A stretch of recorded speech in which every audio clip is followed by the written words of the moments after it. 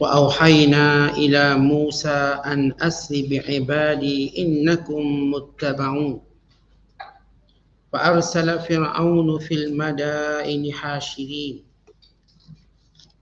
إن هؤلاء لشرذمة قليلون وإنهم لنا لغائظون وإنا لجميع حاذرون فأخرجناهم من جنات وعيون وكنوز ومقام كريم كذلك وأورثناها بني إسرائيل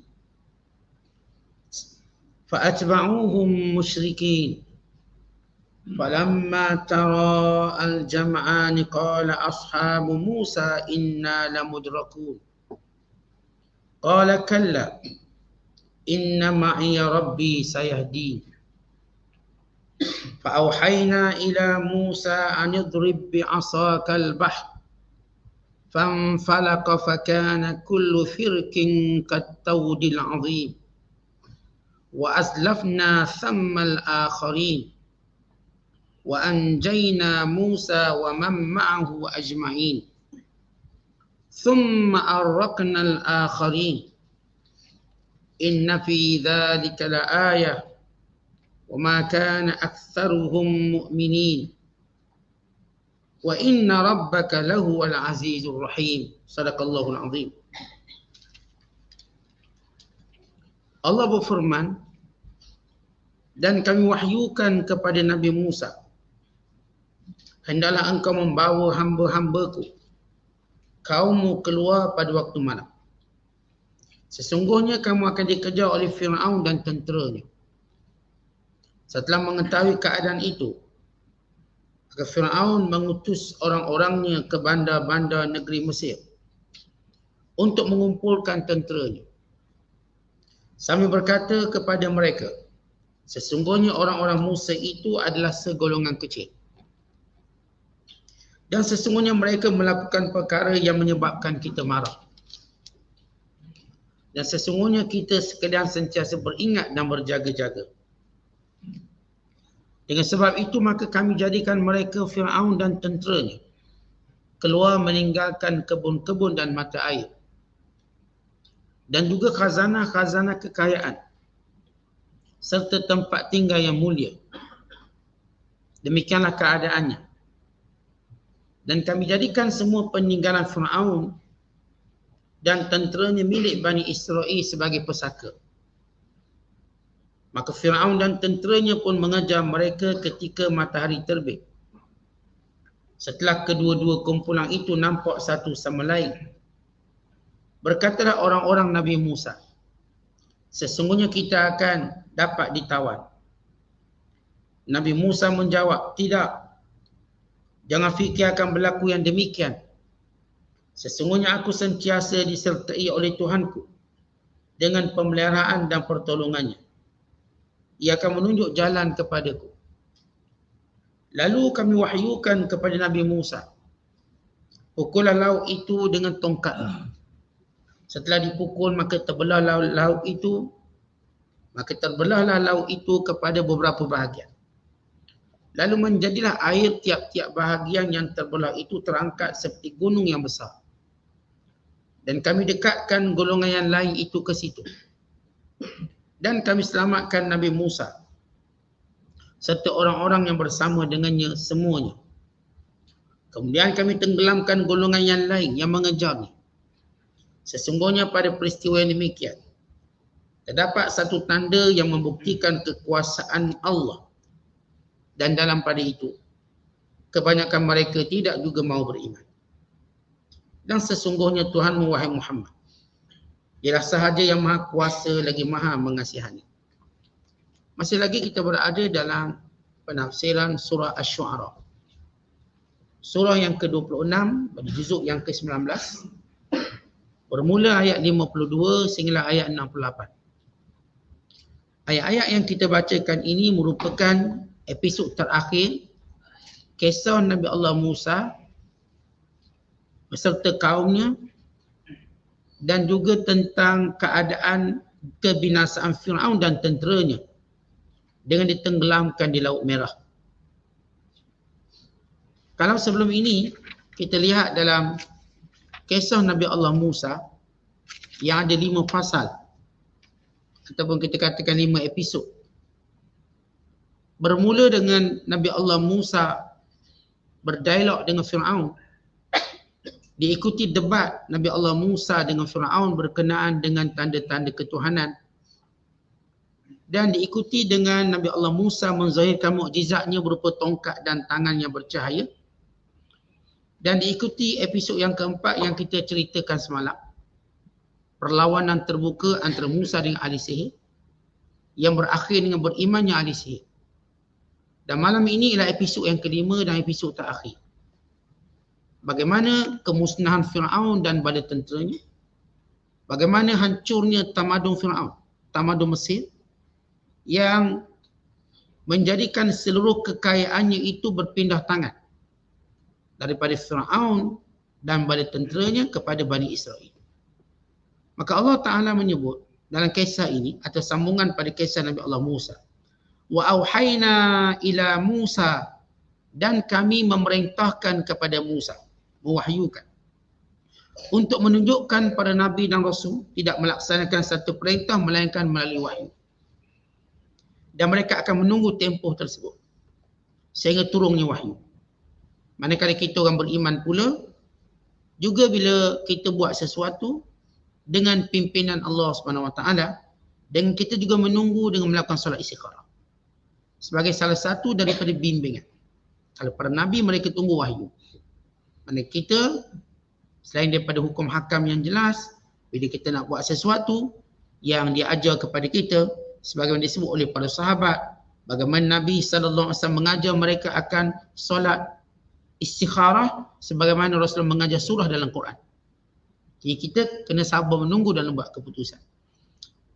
Wa awhayna ila Musa, dan kami wahyukan, kami perintahkan kepada Musa, an asri, hendaklah kamu keluar pada waktu malam.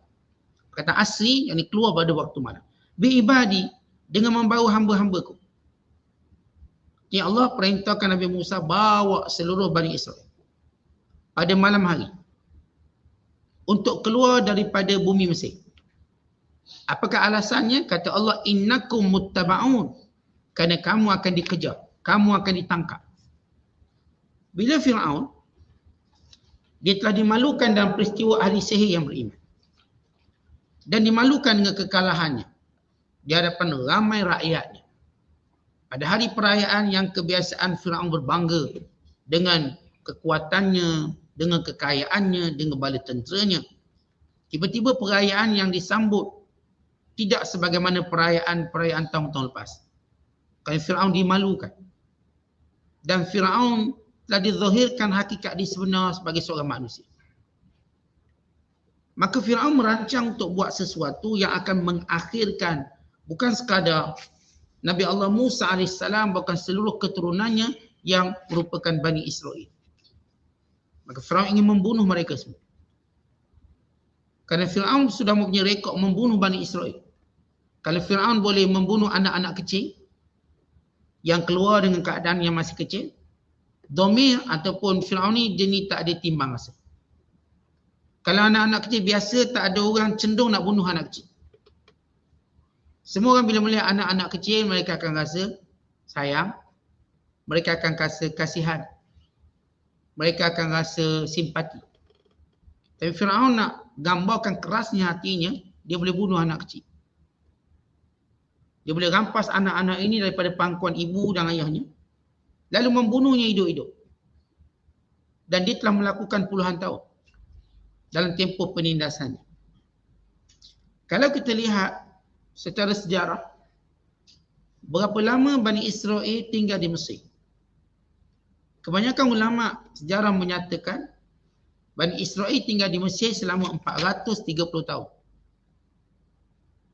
Bermula 400 tahun yang selama ini mereka telah pun ditindas. Dan 30 tahun terakhir bila Nabi Allah Musa telah dibangkitkan.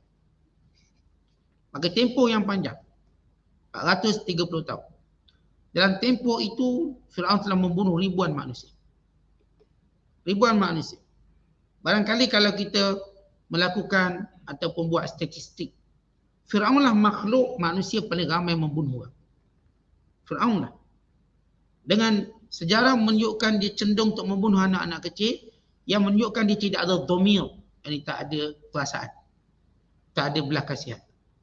Jadi bukanlah satu benda yang sukar untuk dia membunuh seluruh yang dewasa. Maka perancangan Firaun ini Allah dedahkan. Maka Allah memerintahkan Musa supaya melarikan diri pada waktu malam. Maka Bani Israel telah diperintahkan. Lalu Bani Israel ini, bila mana diperintahkan oleh Musa supaya keluar pada waktu malam, ada beberapa perkara yang mereka lakukan. Sebahagian mereka bertemu dengan jiran-jiran mereka di kalangan bangsa Kipti dan meminta untuk meminjam barang-barang kemas. Dan mereka berkata, malam ini ialah malam perayaan kami. Jadi boleh tak kami nak pinjam barang kemas? Maka sebahagian daripada penduduk Mesir yang ada hubungan dengan orang-orang Bani Israel, mereka meminjamkan emas. Lalu emas yang dipinjam oleh Bani Israel ini diambil keluar. Maknanya orang Bani Israel jadikan itu cara untuk ambil harta bangsa Firaun. Yang berakhir dengan emas tadi telah dibina patung berhala yang mereka sembah, yang nanti kita akan ceritakan bagaimana kesudahannya. Maka pada malam itu telah diisytiharkan secara diam-diam bahawa mereka mesti meninggalkan bumi Mesir dan mengikut Nabi Allah Musa AS. Ke mana pergi? Kalau Bani Israel tertanya mana nak pergi, maka Nabi Allah Musa kata ikut je. Kerana aku berjalan mengikut perintah Allah. Bagaimana, di mana aku pergi kamu kena ikut. Maka Nabi Allah Musa keluar ketika mana bulan mula keluar. Artinya pada permulaan malam. Kerana jumlah yang dibawa oleh Nabi Allah Musa, kata Ibn Abbas, jumlahnya ialah seramai 600,000 masyin minar rijal. Lebih kurang 600,000 orang yang keluar berjalan kaki. Yang keluar berjalan kaki bersama dengan Nabi Allah Musa AS. Maka kata Allah, fa'arsala fir'aunu fil madaini hashri. Bila Fir'aun mendapat tahu bahawa Musa AS keluar, dan kita dah cerita sebelum ini, waktu mana mula Musa AS keluar, maka Musa tidak jumpa jalan untuk keluar. Walaupun di kalangan Bani Israel, yang biasa keluar masuk ni Nabi Musa. Adapun Bani Israel ni tak pernah keluar Mesir selama ratusan tahun. Kerana mereka dipenjara dipenjara dengan satu penjara yang besar, yang di bumi Mesir. Jadi mereka pun tak tahu nak ke mana. Orang tak pernah keluar melancong. Orang tak pernah keluar daerah, nak pergi mana. Musa AS ialah orang yang biasa keluar. Pengalaman dia keluar sebelum ini. Dan masuk semula sebelum ini. Kerana itu Musa menggunakan bantuan bulan, cahaya bulan untuk keluar. Untuk bawa keluar. Tapi isunya ialah bila Nabi Allah Musa AS mula lupa panduan dan dia tak nampak jalan keluar. Akhirnya diberitahu, puncanya ialah sebab wasiat Nabi Allah Yusuf. Bani Israel tak boleh tinggalkan Mesir sehingga bawa dia bersama keluar. Adapun Nabi Allah Yaqub, Nabi Yaqub telah mewasiatkan kepada Nabi Yusuf waktu hidupnya supaya dia dikebumikan di Palestin. Adapun Nabi Yusuf AS, dia dikebumikan di Mesir. Dengan harapan, dengan matinya Nabi Yusuf di Mesir menjadi satu syiar tauhid dalam negara Mesir. Tetapi oleh kerana Mesir kekal memilih kekufuran, akhirnya Nabi Allah Musa dengan petunjuk atau pemberitahuan seorang perempuan tua. Ada seorang perempuan tua, dah tua sangat dia. Dia yang jaga kubur ni. Satu-satunya perempuan yang tahu di mana kubur Nabi Yusuf. Ia dirahsiakan. Maka perempuan ini yang menunjukkan di mana kubur Nabi Allah Yusuf. Lalu kata Nabi Allah Musa, tunjukkan aku di mana kubur Nabi Yusuf AS. Kata wanita ini, aku tak akan tunjuk melainkan kamu bagi syarat. Melainkan kamu terima syarat. Lalu kata Musa, apa syaratnya? Syaratnya aku ingin menjadi jiranmu dalam syurga. Itu syarat. Aku beritahu mana kubur. Syaratnya aku dengan dalam syurga sama dengan kamu. Jadi jiran. Maka Nabi Allah Musa tidak mau memenuhi syarat itu. Sebab nampak amalan kecil sangat, tiba nak masuk syurga sekali. Maka Nabi Allah Musa tidak mau memperkenankannya. Tapi Allah perintahkan Nabi Musa supaya setuju. Kerana perempuan ini bukan, walaupun nampak dia buat kecil, tunjuk kubur, tapi dia dah jaga lama kubur. Dia memelihara. Akhirnya ditunjuk cara untuk gali dia. Dan dikeluarkannya. Lalu dibawa tabut. Ini peti yang berisi mayat Nabi Allah Yusuf AS. Bawa keluar bersama-sama. Angkat sekali keluar. Barulah Nabi Allah Musa nampak jalan keluar. Akhirnya Musa pun bergerak. Melalui kawasan Suez. Kalau ikut dia punya route dia, ialah Suez. Kalau hari ni kita ke Mesir, Suez ni ialah kawasan pelabuhan. Dan kalau nak pergi Mekah, nak pergi mana-mana, kita memang ada satu, kita panggil port. Atau Mina dipanggil dalam bahasa Arab. Mina. Mina ni pelabuhan. Pelabuhan di Suez yang menjadi laluan untuk naik kapal menuju ke Mekah. Atau tuju mana-mana tempat. Maka Nabi Allah Musa melalui kawasan Suez. Dia bergerak daripada Mesir menuju ke Suez. Satu jarak yang jauh. Maka kata Allah, فَأَرْسَلَ فِرْعَوْنَ فِي الْمَدَائِنِ حَاشِرِينَ. Fir'aun mendapat tahu tentang Nabi Allah Musa dah keluar.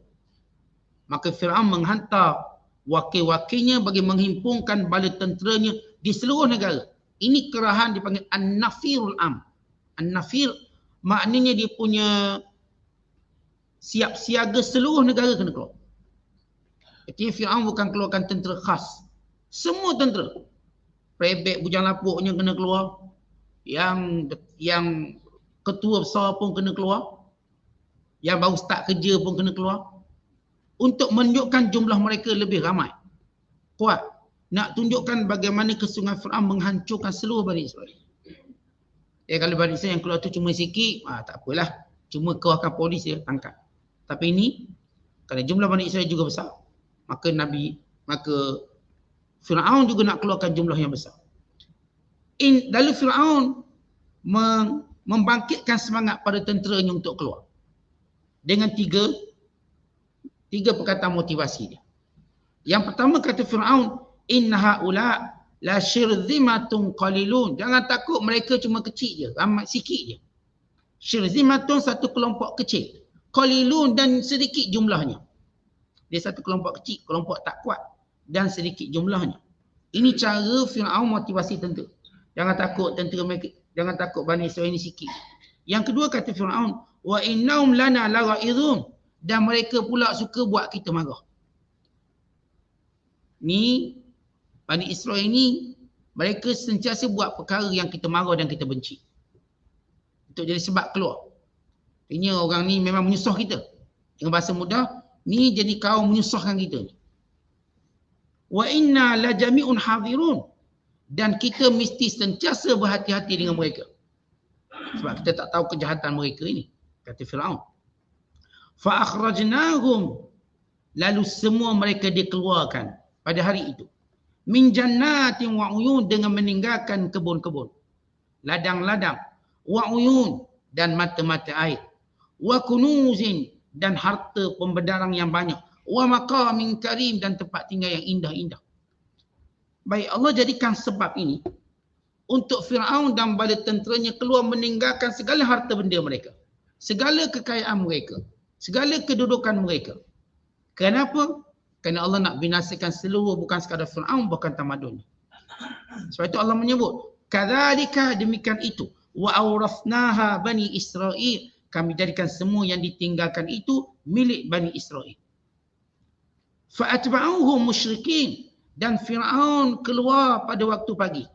Musyrikin bila mula matahari keluar, maka baru tentera Fir'aun keluar.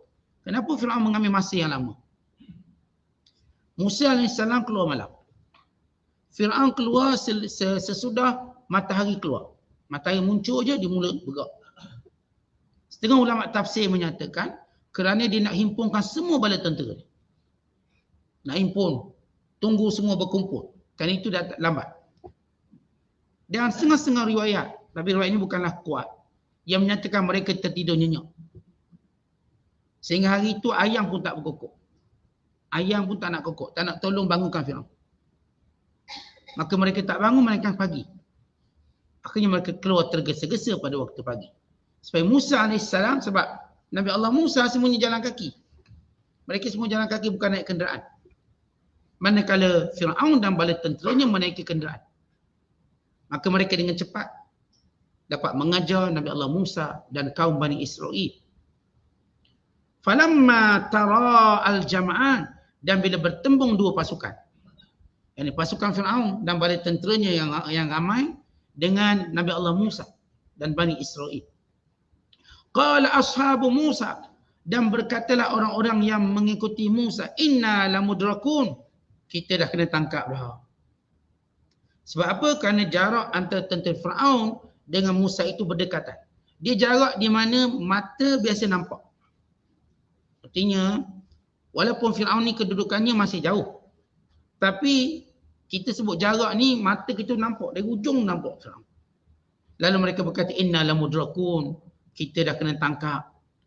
Ketika itu Nabi Allah Musa sudah berada di hadapan laut. Kenapa mereka kata kena tangkap? Pertama, sudah nampak kelibat tentera Firaun. Yang kedua, di hadapan mereka laut, tidak ada jalan keluar. Bagaimana mereka nak kata mereka selamat? Ini dikatakan bila manusia melihat sebab, manusia akan putus asa. Sebab, kerana tentera Firaun dah nampak. Dan depan pula ada laut. Secara sebab memang tak lepas. Tapi Allah nak ajar manusia dan hamba Allah, supaya kita tidak beriman pada sebab. Dan kita jangan berputus asa pada sebab. Maknanya kalau sebab-sebab untuk kita dapat sesuatu dah habis belaka, jangan putus asa. Kenapa? Kerana Allah yang akan putuskan.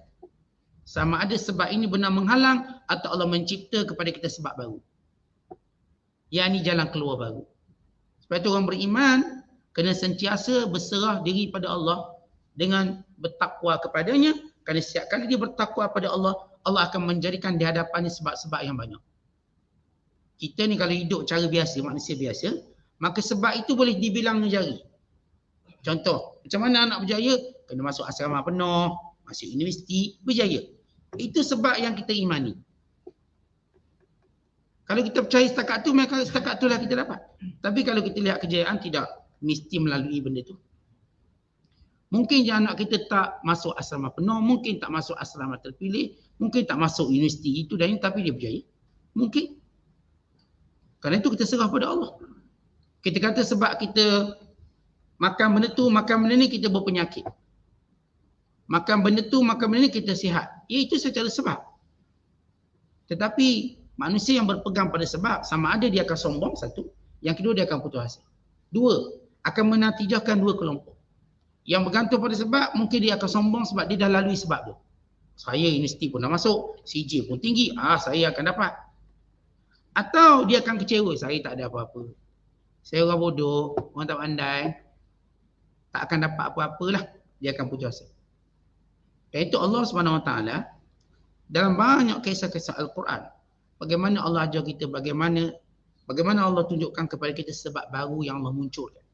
Yang ini pertolongan Allah. Datang sebab baru dalam hidup. Macam seorang tua katalah, Ustaz saya tak ada anak, siapa nak jaga saya bila saya tua? Sebab secara sebabnya anak jaga. Tiba-tiba Allah jadikan orang lain jaga, bukan anak. Tiba-tiba Allah jadikan dia mampu jaga diri dia sendiri. Tak perlu anak jaga, dia mampu jaga diri sendiri. Barangkali dia akan jaga orang lain pula. Maka itu semua kehendak Allah. Kemudian kata Allah, Musa AS menjawab, qala kalla. Musa berkata, tidak akan berlaku. Kalla ini satu ucapan, tidak mungkin berlaku. Lihat keyakinan Nabi Allah Musa. Dia kata, kalau dia jawab, barangkali ikut, tak ada. Dia sebut kalla. Kalla tidak sekali-kali akan berlaku. Inna ma'iya rabbi sayahdin. Kerana bersama aku Tuhan. Sayahdin dan akan tunjuk penyelesaian. Kata ini zikir kita. Setiap kali kita suka, kita susah. Inna ma'iya rabbi sayahdin. Bersama aku Tuhan yang akan beri petunjuk. Biar dia jadi zikir kita. Setiap kali kita rasa macam stuck. Macam terkunci, macam tak nampak jalan. Macam dah kita kata blur dah semua perkara ni, katakan inna ma'iya rabbi sayahdi. Bersama aku Tuhan yang akan beri petunjuk. Allah ada. Anak-anak kita bila dia start, bila kita bankrupt dah bisnes kita, jangan berfikir demikian. Kita ada Tuhan. Allah akan tunjuk jalan.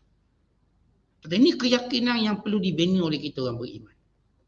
Kerana Allah pencipta sebab. Sebab-sebab ini cuma salah satu daripada sunnatullah.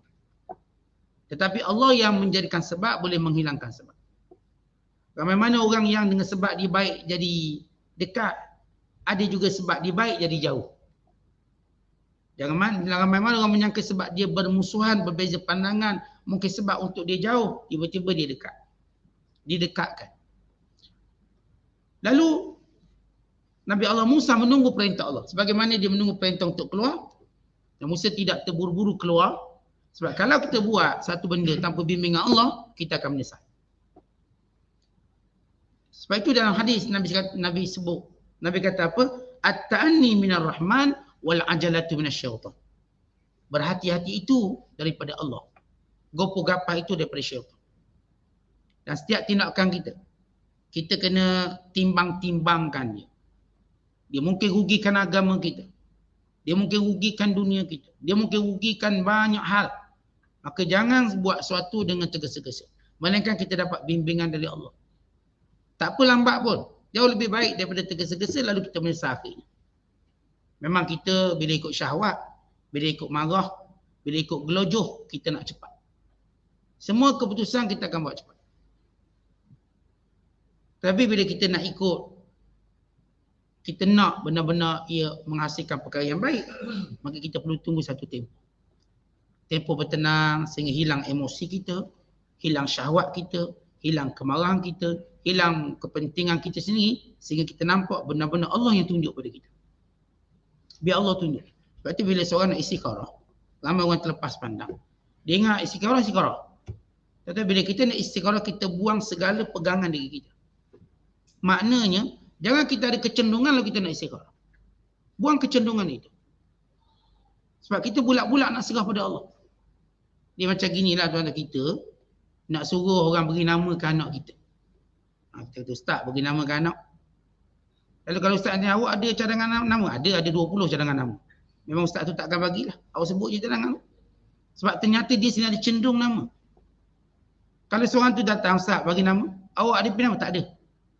So aku Ustaz. Maka dia dengan mudah akan bagi nama. Dan nama tu yang berkesan. Yang diberikan. Sama juga kita dalam buat keputusan. Kita kalau istikharah tapi cenderung dah banyak sini, maka istikharah kita mungkin rosak. Kerana kecenderungan kita tadi. Akhirnya kita benak ini. Sebab ini kita buang dulu. Ya Allah, hilangkan segala keputusan yang dibuat oleh diriku, oleh hawa nafsuku, oleh pandangan mataku, oleh pendengaran telingaku. Supaya aku menyerahkan ini bulat-bulat padamu, Ya Allah. Bila hati ni benar-benar kosong, maka istikharah tu paling berkesan sekali. Tapi hati dah cenderung sini. Bila kita istikharah, akhirnya kita tak jumpa tanda. Sebab awak cenderung. Bila awak punya kecenderungan, maka ia agak sukar. Yang benar-benar dapat ni, benar-benar orang yang dalam keraguan. Ya Allah, mana satu yang baik? Tunjukkan. Di sini datang natijah istikharah paling berkesan. Tapi kalau punya kecenderungan, kita macam dah buat keputusan, maka dia tak akan beri satu keputusan yang baik. Kemudian kata Allah, fa'auhayna ila Musa, dan kami wahyukan kepada Musa, anidrib bi'asakal bahr. Ambil tongkatmu wahai Musa dan pukullah laut tersebut. Secara umumnya, tongkat bila memukul laut tak ada apa-apa. Tak percaya balik umum tongkat pukul laut. Tak ada apa-apa. Tetapi bila Allah nak berikan suatu benda besar, yang disebut mukjizat di sini, maka Allah jadikan sebab yang kecil. Allah tak kata, wahai Musa, pergi cari jentolak dulu, dozer dulu, korek ni. Tak, Allah kata tongkat yang dia ada. Tongkat yang ada di tangan Nabi Musa, Allah tak kata pergi cari benda lain yang Musa terpaksa pula raba-raba cari yang dah ada di tanganmu. Sebagaimana kisah Maryam. Maryam Allah perintahkan kepada Maryam untuk cuma goyangkan pokok kurma menggunakan belakang dia. Wahuzi ilaiki bijiz'in nakh. Bijiz'in nakhlah. Wahuzi ilaiki bijiz'in nakh. Wahai Maryam, goncangkan pohon kurma itu. Tusakit alaiki rutaban janiyah. akan berjatuhan rutab dengan banyak sekali. Maka Maryam AS waktu dia melahirkan Nabi Isa dalam keadaan tubuh lemah dan penat, maka bagaimana Maryam goncangkan pokok, bukan dia bangun ambil tangan goncang-goncang macam tu. Dia cuma tolak belakang. Tolak goncang. Maka turun atau jatuh rutab. Di situ nak tunjuk bahawa Allah pencipta sebab. Kerana sebab itu zahirnya tak mampu untuk buat apa-apa. Sebab itu sendiri tak mampu untuk mengubah apa-apa. Yang benar-benar melakukannya ialah Allah. Tentang kita berniaga. Tuan-tuan buka kedai. Sebab apa kita kata kedai kita layak untuk maju? Kita buat apa? Kita jauh buka kedai. Dah tunggu. Orang lain tengok ni macam ada kedai ni, berhenti. Ni macam ada kedai, berhenti ramai. Yang ni pula terbuka hati nak ambil video sikit lah. Buat revive sikit. Beritahu kawan-kawan viral. No kan. Kita sini buka kedai, kita buat apa? Kita cuma buat sebab kecil. Buka kedai, lepas tu tunggu. Orang pun datang. Supaya kita tahu. Sebab-sebab yang kita lalui dalam hidup ni semuanya kecil belaka. Kecil. Kali itu jangan terganggu kalau sebab itu hilang. Saya biasa ustaz minta tolong dia. Tiba dia tak ada dah macam mana. Jangan bimbang, itu cuma sebab kecil. Yang menolong kamu Allah. Kita ustaz biasa kita tak reti ni. Kita memang bergantung pada dia sungguh. Dalam semua aspek. Tiba dia mati pula macam mana. Jangan bimbang, itu cuma sebab kecil. Tuan-tuan, Allah tak jadikan dalam dunia ni sebab besar. Semua sebab-sebab yang kita tengok untuk menjayakan misi-misi dunia kita, semua sebab kecil. Kalau kita cek balik, kecil sebab dia. Yang memberi taksir, yang memberi kesan sebenarnya adalah Allah. Sebab kita naik jadi menteri, sebab apa? Kecil je sebab dia. Orang pilih kita, tanding. Kebetulan menang pula. Dan memang bidang kita menteri, jadilah menteri dah. Boleh jadi menteri pula. Sebabnya kecil. Kerana kalau kita lihat ada orang lebih layak daripada kita. Kalau kita lihat, nak beritahu bagaimana sebab-sebab yang kita lalui dalam hidup. Kalau kita jadikannya sebagai sebab untuk dapat sesuatu itu dan ini, kita dapati ada orang lebih layak pada kita untuk dapat. Kenapa dia tak dapat? Dan dia boleh buat sebab yang sama macam kita. Kenapa dia tak dapat? Tuan-tuan, orang kaya, dia pun nak bagi petua. Petuanya kerja keras. Habis orang miskin tu tak kerja keras. Sampai keluar urat-urat. Sampai patah kaki. Sampai masuk hospital. Apakah nilai kerja keras yang kamu maksudkan? Dia kerja keras peluh pun tak keluar, tak kemudian kaya. Ni orang miskin ni kerja keras, peluh keluar, darah keluar, keringat keluar, balik lewat malam. Apakah solusi kerja keras itu punca kaya? Tidak. Kamu ketolak Allah mudahkan sebab kerja keras, kemudian jadi kaya. Bukan bermaksud orang tak kaya tak kerja keras. Ke memang teori itu betul, orang kaya sebab dia kerja keras, orang miskin tak kerja keras. Ini jenis orang tak pernah turun bawah. Kita tengok bawah. Dia orang angkut tong sampah, tak kerja keras. Sebelum subuh dah keluar, kucik sampah. Angkut sampah, tahan bau dengan busuk. Tak kaya pun dia pun kerja keras. Ada kerja jumpa orang, siang kerja, malam kerja lagi, dia jaga. Tak kaya pun. Dia lagi keras kerjanya. Sampai malam pun tak tidur, siang pun tak tidur kerja. Apakah ayat tu betul kita kata nak kaya kerja keras? Seolah-olah yang tak kaya itu tak kerja keras. Supaya kita tahu sebab Allah uji kita. Orang kaya jangan anggap bahawa sebab kaya sebab dia kerja keras atau sebab dia cerdik. Ya ke sebab dia cerdik? Kita pun cerdik juga. Kalau kita sama-sama duduk periksa, barangkali dia rendah markah pada kita. Maka apa piawai yang cerdik sebenarnya? Akhirnya orang yang sama yang berkata dia cerdik, dia pun bankrupt. Apakah dia dah jadi bodoh? Atau dia cuma bankrupt? Tak, orang bankrupt dia bodoh sekali sat. Tak mungkin kita kata macam tu. Nak tunjuk kepada kita. Inilah ujian Allah. Allah ikan sebab ni ujian. Ada orang datang daripada keluarga kaya, maka senang dia kaya. Ada yang tak datang daripada keluarga kaya, kemudian Allah jadi dia kaya. Dan ada yang kaya, Allah bankruptkan dia. Jatuh dia. Semua benda ni supaya kita tahu adalah bentuk ujian. Jadi jangan terpedaya dengan sebab. Tentang jangan kita terlalu mengagungkan sebab. Katakan ini semua kurnia Allah dan sebagai ujian Allah. Dan kemana kita beritahu sebab. Tadi jangan tak letak confident pada sebab tu. Ia sebahagian usaha kita. Dan saya katakan, orang lain yang tak dapat juga mungkin buat sebab yang sama macam kita. Yang jaga kesihatan. Ni awak ni tak jaga kesihatan ke sampai kena macam ni. Tak, saya pun jaga. Tapi yelah Allah uji saya kena. Saya jaga saya ni udang kurang makan, sotong dah kurang, tapi kena juga kau. Kita kena jaga misalnya. Yang kata jaga ni makan sedap udang sebab saya jaga kesihatan. Tak, awak belum kena bukan awak jaga. Sampai masa kita kena belaka. Macam kita sebut macam ni lah. Bagaimana awak jaga sampai nyawa panjang macam tu? Panjang nyawa. Tak, dia bukan jaga. Dia belum sampai ajar dia. Bila sampai ajar dia mati. Supaya maksud kita tak nafikan usaha. Kita tak pernah nafikan sebab. Tetapi jangan terlalu menonjolkan sebab. Seolah-olah sebab ni lah saya hebat.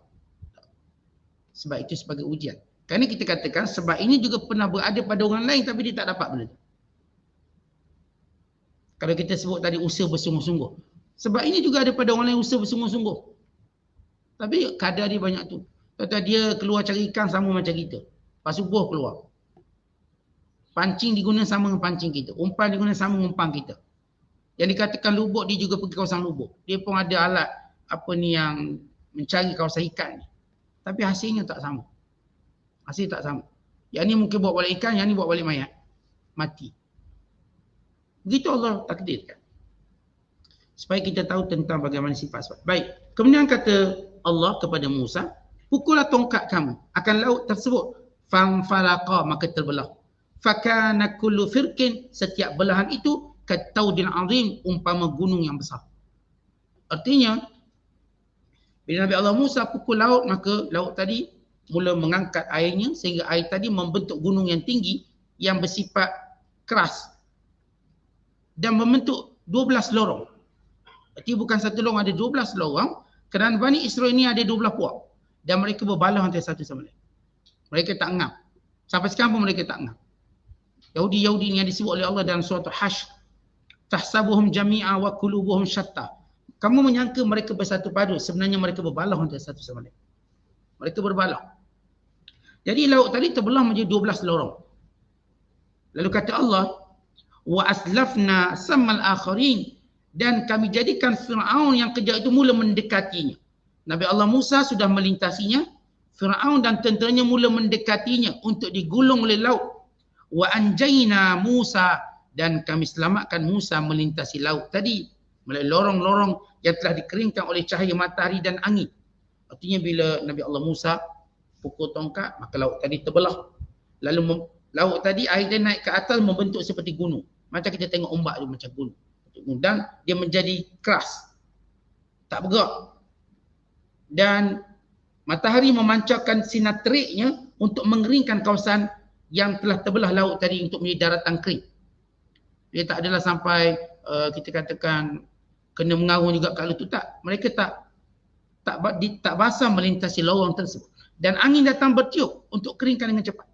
Kata kita, logiknya, pakaian kita kalau panas, kemudian ada angin, cepat akan kering. Demikian juga, buat kali pertama, laut mendapat cahaya matahari. Dasar laut mendapat cahaya matahari. Buat kali pertama. Laut dapat cahaya matahari dan ketika itu Musa AS melintas bersama kaum Bani Israel. Wa man ma'ahu ajma'in. Thumma arraqnal akharin. Kemudian Musa bertambah benci dan bertambah marah. Dengan melihat Musa melintasi dengan selamat. Lalu mereka segera untuk masuk ke dalam laut. Kesemuanya. Tak ada seorang terselamat. Jadi tentera Firaun semua masuk dalam laut. Dengan menyangka mereka juga dapat melintasinya secara selamat. Tetapi apa kata Allah? Thumma arraqna, kami tenggelamkan. Al-akharin, satu puak lagi. Yang ini puak Firaun dan bala tenteranya. Inna fi dzalika la ayah, itu tanda kebesaran Allah. Wa ma kana aktsaruhum mu'minin, tapi tak ramai yang beriman dengan tanda-tanda kebesaran Allah. Berhubung dengan ayat ini, kata para ulama, ketika mana Allah Subhanahu Wa Taala tunjuk mukjizat ini, laut terbelah. Kemudian Fir'aun mati dalam gulungan laut tadi. Dan bala tenteranya, semua mati. Yang timbul di kalangan mayat Fir'aun cuma Fir'aun. Yang lain-lain semua tenggelam di dasar lautan. Allah sebut dalam surah Yunus. Al-yawma, Allah Ta'ala menyatakan, hari ini kami selamatkan badan kamu, wahai Fir'aun. Untuk menjadi pengajaran kepada orang yang hidup selepas kamu. Al-yawma nunajjika bi badanika litakuna liman khalfaka ayah. Hari ini, yakni hari di mana laut memusnahkan pada tentera Firaun, kami selamatkan cuma badan kamu. Untuk jadikan pengajaran kepada orang yang di belakang kamu. Akhirnya, ini Bani yang bangsa Kipti yang tak keluar, yang bukan di kalangan bala tentera. Lalu mereka menjumpai mayat Firaun. Dan mayat Firaun diselamatkan. Untuk dimumiakan. Untuk dipiramidkan. Sebagaimana setiap Firaun ada piramid dia. Dan piramid untuk Firaun inilah piramid yang terbesar sebab dia memerintah paling lama. Dan setiap Firaun dimakamkan atau ditanam di piramid yang paling besar. Tetapi kedua-dua pihak, sama ada rakyat Firaun yang ditinggalkan oleh Firaun dan sejarah hitam yang mana Firaun semua musnah, binasa, tidak menjadikan rakyat Firaun yang ditinggalkan itu beriman. Tidak. Mereka langsung tak ambil pengajaran. Manakala Bani Israel yang diselamatkan oleh Nabi Allah Musa juga begitu. Sebagian besarnya tidak beriman. Walau ditunjukkan mukjizat. Supaya semua mengetahui iman bukan persoalan kita tengok benda aneh, benda ajaib, benda pelik, benda mukjizat.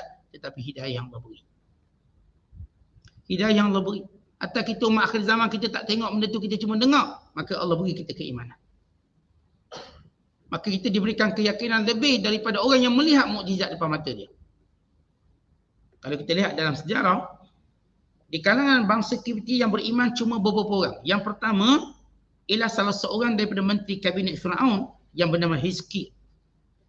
Yang kedua ialah Asia, isteri kepada Firaun. Ini di kalangan bangsa Kipti. Asia. Dan yang ketiga ialah Maryam. Maryam itu wanita perempuan tua yang tunjuk pada Musa tempat di mana jenazah makam Nabi Allah Yusuf AS. Ini tiga orang yang beriman. Tiga orang ni di kalangan bangsa Kipti. Walau mereka dapat tahu cerita ini musnahnya Firaun pada tenteranya, tapi mereka tak nampak. Mereka tak nampak ini sebagai pengajaran. Manakala di kalangan Bani Israel pula, sebahagiannya masih cenderung untuk menyembah berhala. Kerana mereka terpengaruh dengan ajaran Firaun menyembah berhala. Akhirnya yang pinjam barang kemas yang tak hantar balik tu, sampai bila Musa AS pergi bermunajat pada Allah, mereka kumpul, mereka buat patung lalu mereka sembah. Dan jumlah mereka cukup besar. Bahkan mereka mewakili 2/3 Bani Israel yang kufur kepada Allah. Tinggal 1/3 yang beriman. Maknanya, supaya kita tahu, segala ayat-ayat kebesaran Allah ini, Allah jadikan petunjuk untuk kita beriman. Tetapi, kebanyakan manusia mengabaikan petunjuk ini. Dan untuk juga kita mengetahui betapa besarnya nilai hidayah Allah yang Allah beri. Kerana itu kita kena sanggup bergolak gadai untuk pertahankan hidayah ini. Kita mesti sanggup untuk buat apa pun pertahankan hidayah ini. Mujahadah dan sebagainya. Kerana hidayah ini ternyata terlalu mahal dalam hidup manusia. Tentang benda yang mahal, benda yang menjadikan kita bahagia, bukankah kita akan pertahankannya?